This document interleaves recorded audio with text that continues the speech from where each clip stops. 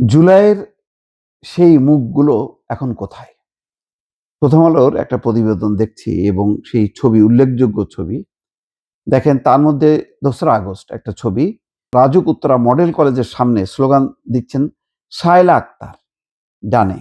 রাজধানীর আরেকটা ছবি ৪ঠা আগস্ট রাজধানীর কারওয়ান বাজারে টিনের চাল হাতে নাসির খানের প্রতিরোধ।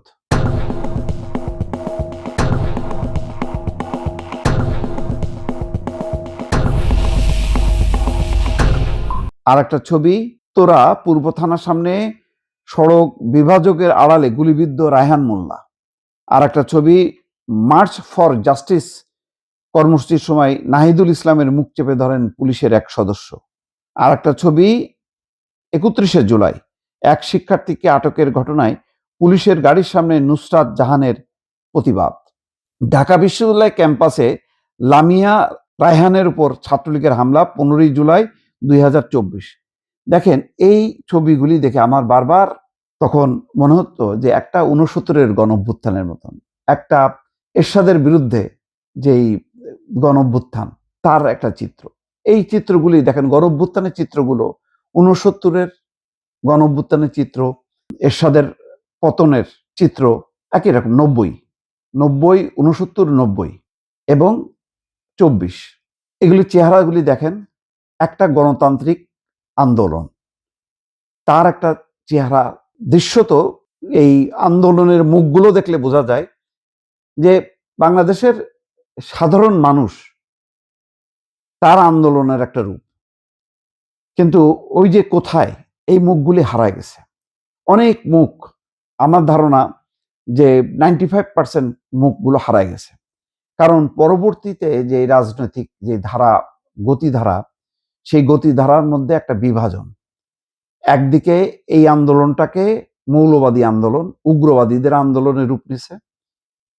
সেখানে মুক্তিযুদ্ধের মোরালগুলি ভাঙচুর হয়েছে, ৩২ নম্বরে বারবার হামলা হয়েছে। এর ফলে জিনিসটা হয়েছে যে ৭১-এর স্বাধীনতা মুক্তিযুদ্ধের বিরুদ্ধে একটা আন্দোলনের জন্য জয় হয়েছে এই ২৪-এর যে জুলাই গণঅভ্যুত্থান, সেই গণঅভ্যুত্থানের ফল যেন একটা ধর্মীয় গোষ্ঠীর জয়। যার কারণে এইরকম সর্বসাধারণের অংশগ্রহণের মধ্য দিয়ে যে আন্দোলন, সেই আন্দোলনের পরবর্তী রূপ দেখে আমিও ভাবি যে সম্ভবত আমি নিজেও প্রতারিত হয়েছি। এটা তো চাইনি। সেদিন দেখলাম রুমিন ফারহানা বলছিল, মানে এইরকম রূপ দেখে মনে হচ্ছে যে আমিও প্রতারিত হয়েছি। আমরা চাইছি কি? আমরা চাইছি যে একটা স্বৈরশাসনের অবসানের পর একটা গণতান্ত্রিক একটা অভ্যুত্থান, গণতান্ত্রিক অভ্যুত্থানের মধ্য দিয়ে একটা নির্বাচন হবে এবং সবার একটা অংশগ্রহণ থাকবে। কিন্তু কোনো কোনো গোষ্ঠী এটাকে তার মতন করে তাদের দিকে নিয়ে যাওয়ার চেষ্টা করছে। আজকে দেখেন এই যে যতগুলো নারী মুখ দেখছেন, সেই নারী মুখগুলোর চেহারা দেখেন। আর আজকে ঢাকা বিশ্ববিদ্যালয় সহ বিভিন্ন জায়গায় যখন নারীরা রাস্তায় নামে, তাদের মুখগুলো দেখেন। এই মুখের মধ্যে অনেক পার্থক্য।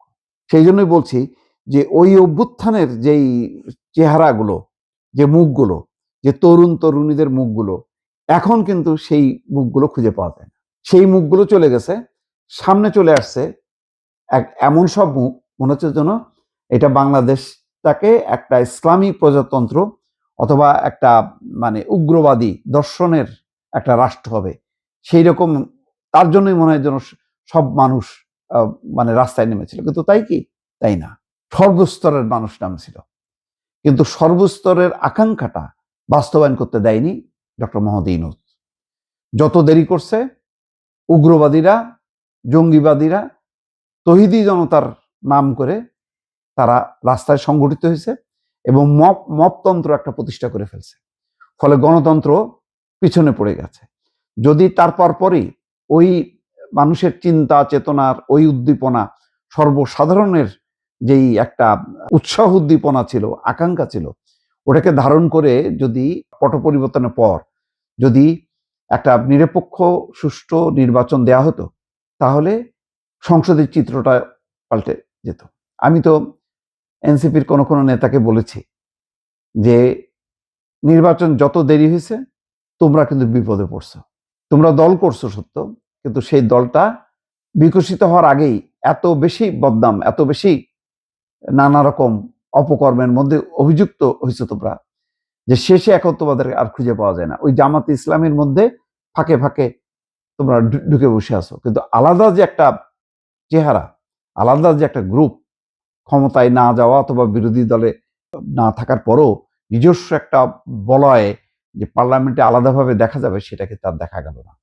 এবং সেই অভ্যুত্থানের তরুণ নেতাদের কোনো সংগঠনই বা দলই কোনো ছাত্র সংসদের মানে জায়গায় নেই। এমনকি আবু সাইদের স্মরণ সভায়ও এখন লোক পাওয়া কঠিন হয়ে যায়। কোনো ছাত্র সংসদে নেই, এমনকি জেলা উপজেলা পর্যায়েও কোনো সাংগঠনিক ভিত্তি নেই। এই অবস্থার মধ্যে পুরো একটা জামাতের একটা লেজুড় হয়ে তাদের একটা অবস্থান, রাজনৈতিক অবস্থান।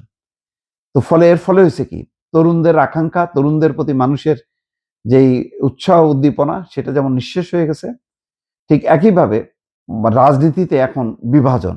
একদিকে গণতান্ত্রিক শক্তি বিএনপির নেতৃত্বে, আর একদিকে একটা উগ্রপন্থার একটা ঝোঁক বা প্রবণতা, যেটাকে লিড করছে জামাত ইসলাম। তো এই বিভাজনটা খুব বিপজ্জনক, গণতন্ত্রের জন্য বিপজ্জনক। ফলে জুলাই চেতনা আজকে ওই মুখগুলো কোথায়, এই কথা বলতে হয়, তার মানে হচ্ছে সেই মুখগুলো যে হারায় গেছে, সেই কথাটাই আজকের সংবাদপত্রে ফুটে উঠছে। দর্শক।